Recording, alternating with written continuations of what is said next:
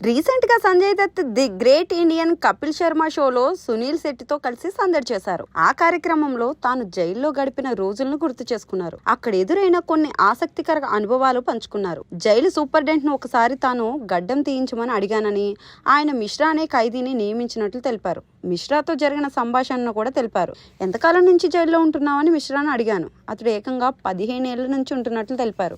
ఏం నేరం చేశావని అడిగాను. 2 మర్డర్లు చేశానని బదిలిచ్చాడు. మరి ఆ టైంలో అతడు రేజర్ను నా మెడకు దగ్గరలో ఉంచాడు. ఒక్కసారిగా అతడు చేయి పట్టుకున్నా.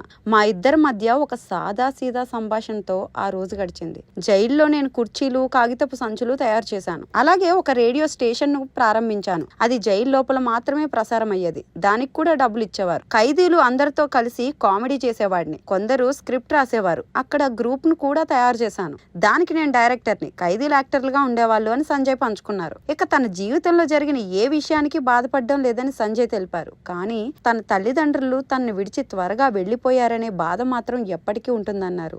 నేటికి కూడా వాళ్ళని మిస్ అవుతున్నట్లు చెప్పారు. 1993లో ముంబై పేలుళ్లకు సంబంధించిన ఆయుధాల కేసులో సంజయ్ జైలుకు వెళ్లిన విషయం తెలిసిందే.